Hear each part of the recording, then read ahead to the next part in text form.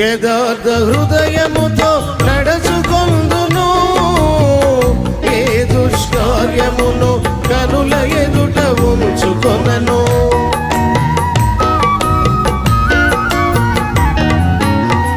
యథార్థ హృదయముతో నడుచుకొందును, ఏ దుష్కార్యమును కనుల ఎదుట ఉంచుకొనను. భక్తిహీనుల క్రియలు నా కంటనీయను, మూర్ఖ చిత్తుల నుండి తొలగిపోదును.